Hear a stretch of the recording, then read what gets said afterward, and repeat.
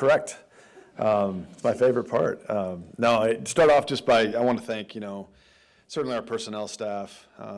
You guys know that they start on this thing 2 weeks after every draft, and the amount of work they put in, the time they spend away from their families, the time on the road, just very appreciative of their work. Excellent as always. The coaching staff, and then the entire support staff. And we do so many things from bringing players in here, just all the logistics. So there's a lot's been into our medical staff. That's such a big part of, our evaluation process. So just very thankful, a lot of gratitude to all those people that put in that time. And with that, I'll take some questions.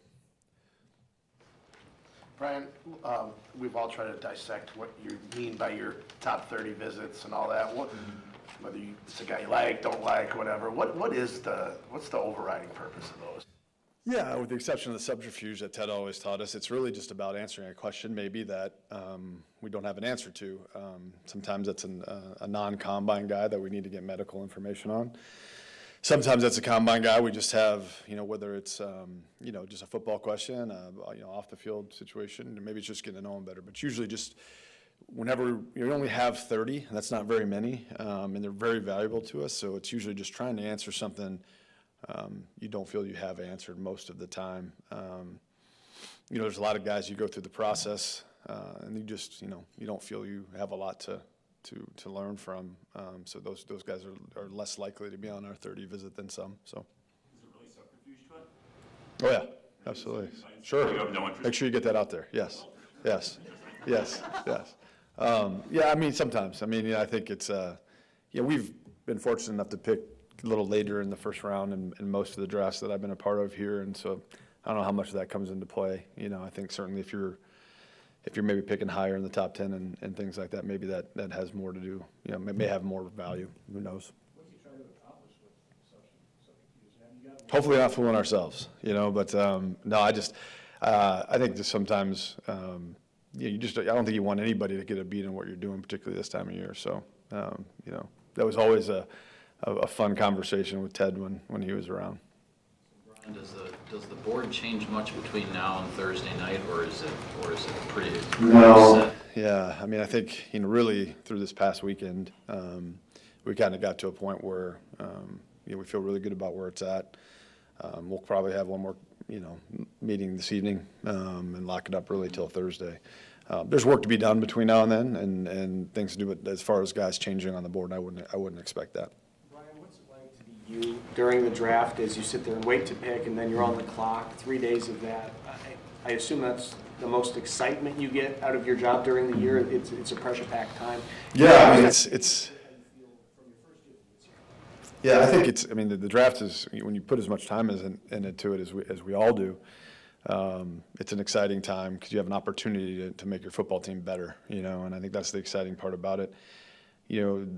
I think there's a perception out there that there's conversations and debates and stuff while the draft's going on. There, for us, that's never really been part of it. I mean, those things have happened, prior. It's really just more about just kind of seeing how it's falling and what's expected, what's unexpected, and what the choices are going to be when it's your time to pick. So. The work's been done. It's always interesting how it falls. You never really can predict it. But no, it's always, I think the opportunity to make your football team better is always exciting. And this is an exciting time of year. We got our players back in the building, last week, and the energy just, ramps up tremendously when those guys are in the building, and particularly our group that just really likes to be around each other. So it's just an exciting time, probably for all 32 teams, but certainly for us. Follow-up, what do you think your heart rate is when you go on the clock for the first time, or waiting for the final pick before you go on the clock? I guess it depends what's in front of me, right? I just I had no idea. I think to me, again, most of this work's it's all been done, so the decision is fairly clear when you're on the clock. And I think the things that might ramp your heart rate up a little bit are just if you're involved in some trade talks or opportunities to move backwards or those kind of things, because there's a time, frame to it. But, I think our group has been together for a while now, and so we have a pretty good, way we work together. So I think it's pretty boring, to be honest with you. Along those lines, some classes are going to be good, some not, just like with any other team. You've been on a hot streak these past couple of years. You've brought in some really good classes, and you've had a group that's been together. What have you discovered? What's been the reason why you've been able to string these classes together? I think there's probably a lot of reasons, but I think we've pretty much. I mean, again, around here for a long time, we believe in the draft. It's the biggest part of what we do, so we put a lot of time and effort into it. So I think that's why we've had a lot of the success we've had. I think the last couple of years, I think there's been a lot of opportunity for these young guys, or maybe there wasn't in the past. And I think. The opportunity can lead to these guys getting to where they've gotten to so quickly. If they don't have that opportunity, it's much harder. So I think that's probably the biggest thing. Brian, do you think that it's a factor in that too? I mean, you guys have had 24 the last 2 years. I think you're tied for the league lead this year with 11. Just how critical is that with the team building aspect of it too, having those kind of swings? Yeah, I mean, more at bats, right? You have more chances for hits. So I think there's never enough. I don't ever subscribe to the thought process, hey, we got a pretty good team. These guys might not have a chance to make the team. I think I've talked a lot about competition in every room and how much that accelerates the growth of your football team. I think that's the best way for your team to move forward. So to me, there's never enough, you never have enough ammunition to build your rooms so that there's, significant competition in every room. I think that's really important. So we have 11 right now. I'd love to end up with 13, 14 or more. I would never shy away from that. You mentioned trades a couple answers ago. How do those happen? I'm sure those calls probably happen, today or tomorrow, whatever it is. But how does it come together where when you're on the clock that that teammate wants to go up and you want to go down or whatever? Yeah, I mean, particularly with I think the next few days, there's a lot of conversations just trying to get an idea of what teams might be interested in going up, going back, and trying to get some of that information from the different teams. There'll be those conversations. Those are more around the first round. I think the conversations during Thursday, Friday, and Saturday, not necessarily just with me, but with all of my guys that are on the phones with their teams. We have a number of guys that are kind of the contact person for each team, and they're constantly talking to those teams and about whether they're thinking about moving up, whether they're thinking about moving back, and trying to have as much of that information, so we can make the best decisions for us. So they're kind of constant, and they kind of start this week going through the draft, and while we're in the room, whether it's John Eric or Russ or Milt or Woj or any of the other guys that are responsible for that, they're feeding me information. Hey, so-and-so might want to come up. So-and-so is looking to move back. So we're kind of constantly monitoring that as we go through the draft. And if it ever makes sense, that's why I think, we're never afraid to move around. But, where we sit right now with the five picks in the first 91, 11 total, I think we're in pretty good, we're in a pretty good space to move or just sit and pick. So. What do you like about Andre Dillard, and do you see him as a tackle in your offense? Yeah, Andre was, nice, nice ability to get him kind of involved in the beginning of our off-season program. Obviously, first-round pick coming out, very talented. Spent some time starting last year in Tennessee, so he's got some starts under his belt. Certainly, we lost some offensive line depth over the past few months, and I think it was just an opportunity to bring in another guy we feel is, going to be very competitive in that room. That you have, you don't just have a pretty healthy roster, but you have the youngest roster last season in the league. How tough would it be with the youth that you have to fit 11 drafted rookies back onto the 53? Yeah, I don't think or more, right? I don't think it'll be hard at all. It just depends. I mean, it's going to be. I really, I think the more competitive we can make it, the better. So we'll see how it goes. But I think it's one of the. I think the hallmarks around here has always been that the best players play, regardless of where you were taken or how much you're getting paid, the best players are going to play. So, that's kind of how we want to approach it. So, again, our roster numbers right now are a little higher than they have been, and probably a little higher than I'd like at this point. I think we're at 72 right now, and certainly with 11 picks going in there. So there's hopefully going to be a strong undrafted free agent class as well. So we'll kind of see how that goes by the time we get to Saturday. Some of the characteristics, Brian, of a day 3 offensive lineman, and why have you guys been so good at finding them and developing them? That's a great question. There's always a little bit of fortune in there as well, but I think this goes back to Ted. I mean, Ted was really good at that as far as identifying what we were looking for in the athletic traits, and I think also just the mentality and the play style of what we're looking for there. And certainly, I think we've carried that forward, yeah, I think we've had some really good fortune with those guys in the middle rounds that have been really good players here. We'd like to continue that for sure. Why is raw athleticism so important in your evaluation of prospects? Oh, I think first of all, most importantly, you got to be able to play this game. That's more important than anything. But I do think that there are certain athletic traits that you have to be able to compete at the level we want to compete at. And I do think, guys that have those have a tendency to be able to have higher ceilings and get better, because if you're lacking in certain areas there's going to be a ceiling, and so again, the most important thing is how you play the game, whether you can play it at a high level or not.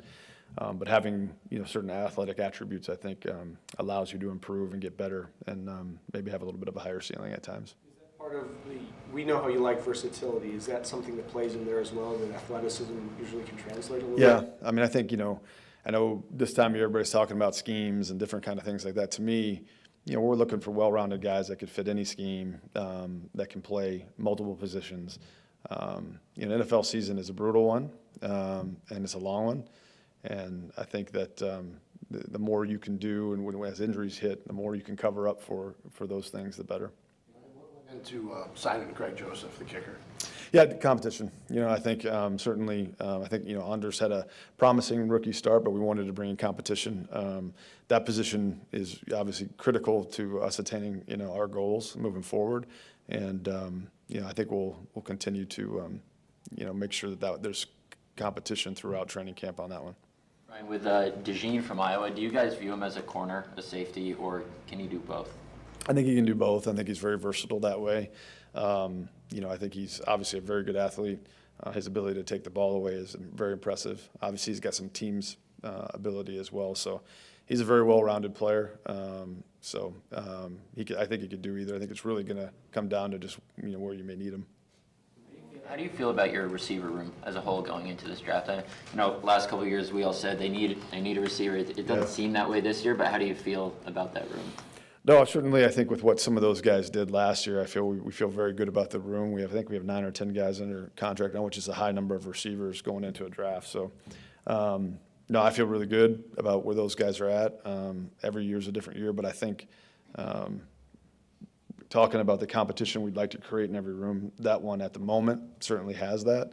Again, we're only a few injuries away from those things changing, and we always have to be mindful of that. But I think seeing so many different guys through the course of last year when their number was called step up and perform at a high level, and just knowing that how much more is out in front of those each and every one of those guys, it's going to be it's going to be interesting to see how that goes. Going back to one of Ryan's earlier questions about the last couple of drafts, I know you're not a toot your own horn guy, but Ron used to say if you can get 3 starters out of a draft, you've done a good job. And I know you said there were opportunities that maybe aren't there, but to do what you've done the last couple of drafts is really hard. Ron and Ted had drafts that weren't very good, and they were great at what they did. How hard is it to sustain that kind of momentum that you guys have been really rolling with the last few drafts? Yeah, I think it's every draft class is different, right? It's out of your control. There's some that are deeper than others, where you're picking and how things fall. It's an interesting, in my time, the drafts is much different than it used to be. I think on average 1.6 players is re-signed from each draft class to a team. So it's not like it used to be where, you'd have multiple guys. The way the salary cap is, the guys you can pay, it's just much harder. So, to me, I think what we're asking of these guys that we pick is to come in and be positive contributors to our football team. And again, the role that they're going to have is not completely in their control. They got to be able to answer the opportunities that are given to them and try to create more opportunities. But where your football team sits and who's in front of them and those kind of things do impact their abilities. And certainly there was times, I think in years past where, where maybe the last couple of years there was just a ton of opportunities for these guys to go seize, and credit to them, they did. And that was exciting to see. And I think that's what we're trying to create as we move forward, is just making sure that there's always going to be opportunities for guys to excel if they're worthy of it. Is there something about your scouting department that might be better than most teams in the NFL? Is there something unique that you guys do in building your profiles, or something that you emphasize to your scouts when you're putting stories together? Well, first of all, we got a great staff. The people that are in that department are, top notch, right? So, I think if we have any edge, and there's really good scouting departments throughout this league. It's a very competitive. But the one thing that I lean on is the fact that we've had a long-term process here for a long time that has not only had success here, but it's had success other places. We believe in that process very, very much, and we have a lot of guys who have been grown up in that process, and they're very knowledgeable of it. So it's not like it's not their first, second year within this. They've been doing it a long time and doing it within this process. So if we have an edge, that's what I feel it is. And I'm sure there's 31 other teams that feel the same way about their process, but. Whether it goes back to Ron and Ted and all the different people that have left here and had success other places, we just have a lot of confidence in that. So but again, I think it comes down to boots on the ground and guys working and putting that effort in. Continuing that momentum that you guys have had these past couple of years, what you've been able to do, it's awfully reminiscent to what Ted did leading up to that Super Bowl stringing draft classes together. Is there a recognition of where you guys are with a young, building, ascending team and what this draft class could do to propel that forward to maybe another Super Bowl? Yeah, I mean, the draft is the lifeblood of this organization. It always kind of has been, right? So like that's why we put so much time into it. That's why it's so important to us. Again, it's a funny thing. You can't predict it, and some classes turn out better than others for a lot of variety of reasons. But yeah, I mean, this is extremely important to this organization, this football team. The guys in that locker room are counting us to bring in the right kind of guys to help them achieve their goals. We've talked in here before, and I mean, the guys we bring in, not only in the draft class, but throughout. I mean, they're going to play a huge impact on how our season goes this year. And the guys we bring in this year have to be prepared for that. They have to be able to fit into to Matt's process and what he wants to do, and buy into the culture.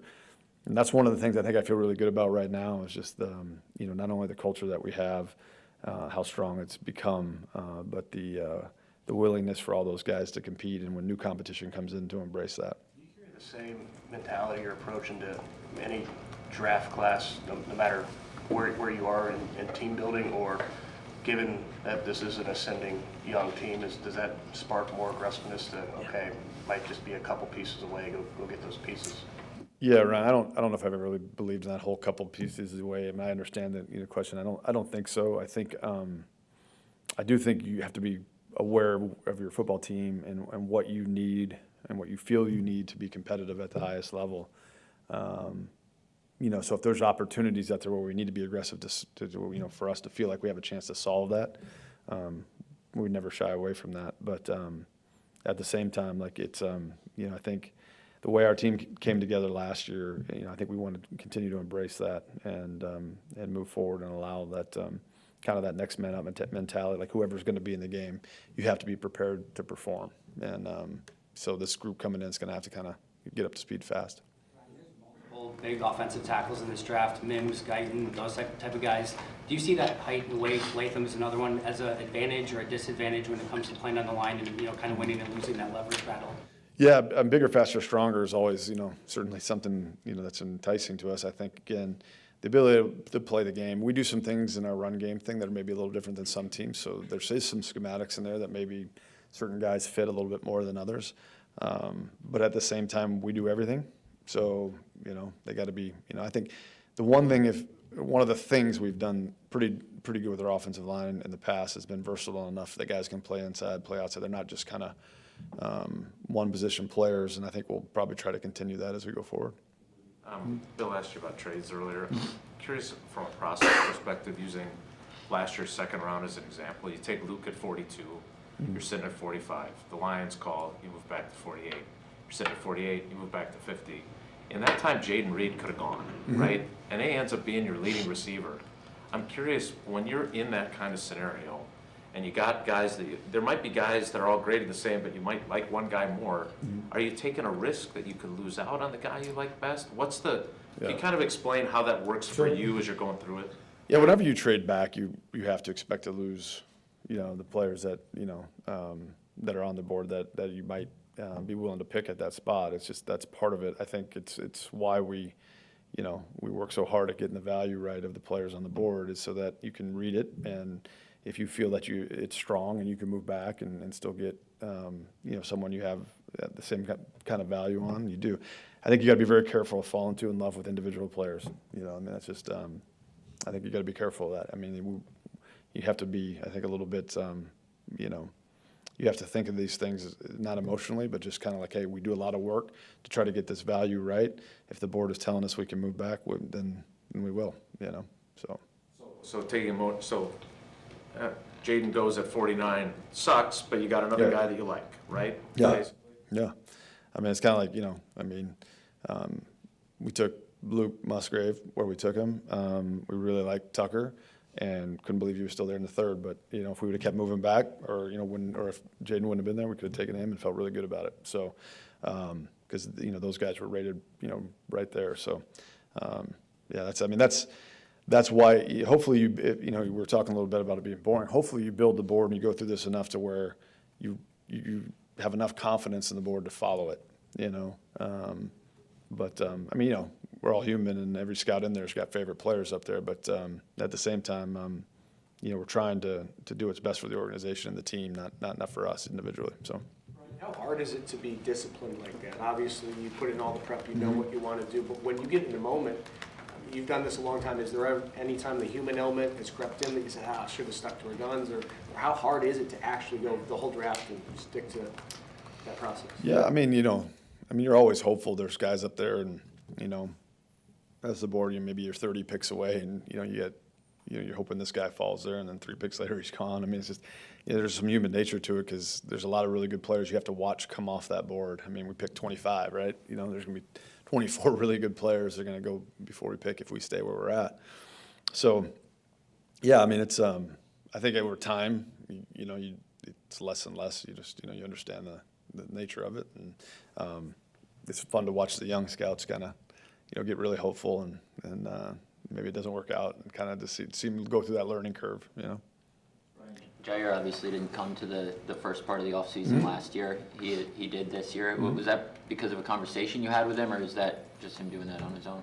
No, I think obviously last year there was a bunch of conversations with John and where he was, what we were going through, and I think he's really excited. I think to get back at it. You know, I think our whole team was really, it wasn't just him, but no, I mean, again, it's week 1. We've had 4 days, you know, but I think everybody was eager to get. I mean, from the time the season ended, quite frankly, I think I felt that from our football team was that they wanted to be together, they wanted to work, they wanted to keep going, you know. That's why, you know, losing that last game is so hard because I think our guys really, you know, they wanted to keep going. They wanted to keep playing. And I could feel that this first week, which is nice. And again, we've got a long way to go. But he seems to be in a great space right now. Without giving away any secrets, you've got college games, you've got combine testing, you've got personal interviews. Does it all just go together, or is one more important than the others? Yeah, I mean, it's all important. You know, first and foremost, it's all important. The medical, everything's important. I think at the end of the day, and this goes back for as long as I've done this, you go back to the tape and how they play the game. I think whenever there's discrepancies, whenever you're not sure, you go back to the tape, and that's going to be your best predictor of future success is what they've done on tape. And, you know, so that's kind of what we live by. Again, it's all important. It all factors in.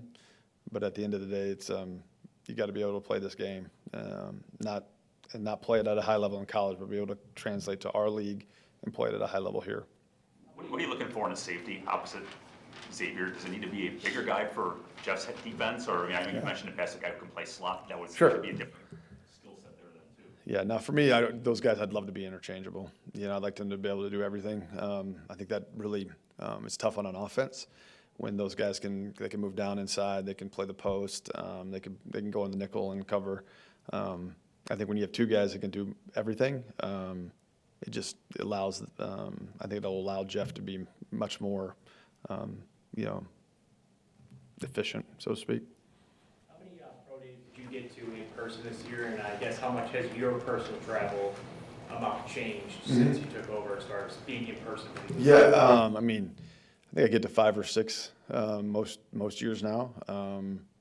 You know, back when I was doing the Southeast, you know, you're upwards of 30, you know, or more. Our scouts that are on the road. I think when I was here, you know, working with Ted and kind of overseeing things, I was probably still in the 20s or close to it, you know. I really enjoy them. I wish I could get to more. Obviously, free agency's in the middle of that, which is tough to leave. But I get a ton of value out of it, particularly because I'm not on the road as much. You know, our area guys, obviously, they've been at these schools 2 or 3 times during the fall.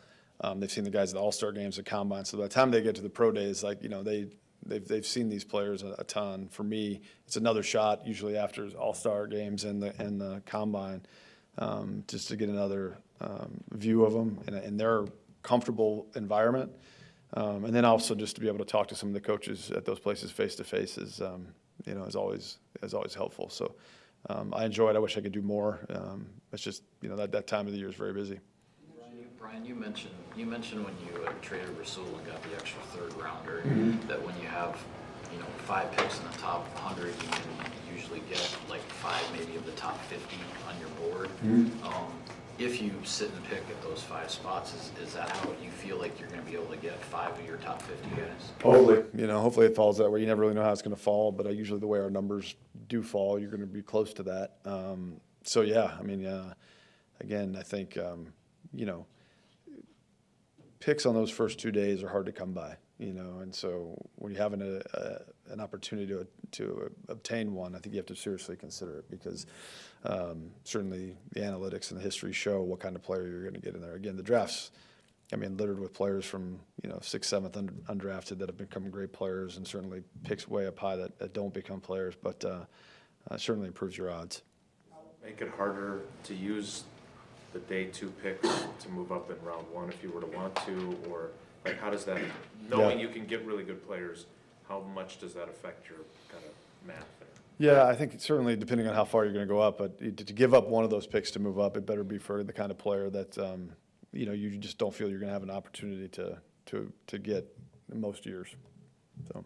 How does character evaluation play in your process? Obviously, if there's red flags, that's one thing, but I'm curious if you've ever come across guys where after meeting them and going through that, you say, he may not be that high on other people's draft boards, but based on character alone, that's a guy we want in the locker room. Yeah, there's definitely some of those guys as you go through the process. Their football wiring, so to speak, is so high that you feel really good about their chances not only to succeed in the National Football League, but maybe to fit into your culture and what that might bring. Again, they could be the greatest guys in the world, but if they can't play this game, it's not going to matter. But I do think that plays a significant part of it. I think we put a lot of time into that and who we're putting into that locker room, because I think that's only fair to the guys who are already there, But I think if we want to be the kind of team and want to be the type of connected team that we want to be, it's an extremely important part of what we do. Cody, you told a story a few years ago about how Ted used to hide guys on the board. And was it Jordy that you figured out was the one?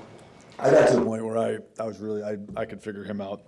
I think about year 2013, I got to a point where I was like really good at it. But early in the process, when I was doing the Southeast, there's occasionally you'd catch a guy where you would know, and Jordy was one of those guys. But and he hated that. He was really good. He was a pretty good poker player that way. You know what I mean? Ted was, and he wouldn't have a lot of them, but he'd always have a few favorites that.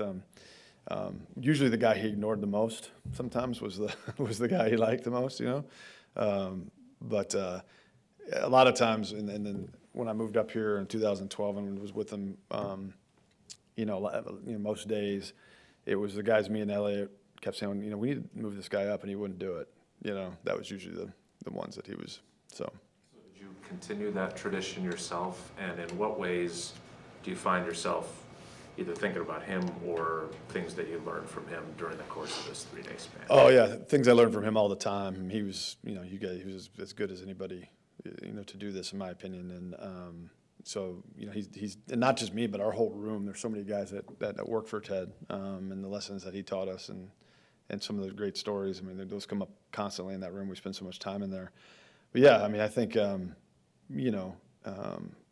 our process, again, it goes back to Ron, but and Ted kept it really, the foundation of it, he kept it, so much like what Ron did, but it's very much a lot like, what was done all these years. We've tweaked it, we've tried to get better, we've tried to be more efficient, but it's very similar. I don't know if you can do this without giving anything away, but what were those lessons from Ted that you have implemented for yourself now? Yeah, I think, it's about the work, it's about the process, don't ignore the signs, know what you know and know what you don't know, and sometimes when you don't know, you just got to pass, on a particular player, there's a lot. I mean, I think sometimes I think when you get within the process, particularly early on in February in the combine, you want to rush things. And he had a very good way of staying patient and allowing the process to lead you to the decision and the answers you're looking for. And I think we all, that was his nature. He was kind of a slow Texan that kind of just, like most of us are a little bit more maybe aggressive. And so I think we constantly in that room talk about that and making sure we're not moving too fast. It always comes back to the tape, but obviously analytics have taken over the league a little bit. How much does analytics play a part of your draft process? Mike Hallbach and his staff do a great job kind of supporting our decision-making with that. It's growing, and I'm really excited about where it's growing. Our sport's a little different than some of the other sports where it's really taken hold of fast just because of the nature of, 11 guys on the field at the same time. But I really like kind of the direction we're going and how it's supporting our decision-making right now and where it might lead to in the future. Not only in personnel decisions, but just, across the board of our organization. I think those guys are really growing at a high rate, and I'm excited for where they're going. Constant conversations of what positions are maybe more important, less important, better to target early in the draft, better to target later. How do those kind of conversations take place analytically? Yeah, and those conversations have gone on forever, right? Between scouts and coaches, and I think there's more data behind that stuff now, and that's what we're studying and following trends. And again, there's different times in the year where we'll go to those guys and have them do different kinds of studies, and obviously those guys, the way they think outside the box is exceptional. And it's again, I think you got to be going back to Ted, you got to be a little slow as you move into that, and making sure it's right as it supports your decision making. But I'm really excited about the work they're doing. Two more, please. Goody, you mentioned a couple times the opportunities that last year's class got. You had some pretty veteran teams starting at quarterback for the first few years of being in the gym. What you saw last year, or maybe to some degree the year before, has that changed your philosophy at all? I remember Ted used to say, after the draft, it was always the same thing, right? The guys that are already on our team are the ones who are going to decide our success, Sure. And we hope these guys can help. Has that shifted a little bit because you saw what all these young guys were able to do because you had to play them? Yeah, it's a great question. I don't know if it's really shifted. Maybe giving me more confidence in the fact that I've always felt that you're right. The players you have currently are going to be the ones that shape your team. I do think that players have, if you give them the opportunity early to make the mistakes and get to the other side of it, that they can profoundly impact your team in the second half of the season and maybe into the playoffs. I've always felt that. I think last year, certainly that helped us. It doesn't work out that way every time, every year, but I do think, you got to be willing to kind of live through the growth period if you want to get to the other side of it. What do you think about going to Brazil? Excited for it. I mean, it's I'll say there's going to be some challenges along the way. It's going to be new, but we're obviously it's an away game on a neutral field, and I'm excited about that. I think our players are very excited for it. So it's going to be certainly going to be interesting Friday night. I think it'll give us a little bit more recovery before the next game. Hopefully that next game's a home game for our fans, So yeah, we're working through the scheduling and trying to figure out where the obstacles and the challenges are with it. But I know our players are excited, and to me, it's just another opportunity. So Playing Philly in Brazil's better than playing Philly in Philly, isn't it? I would think so. Yeah. Thank you.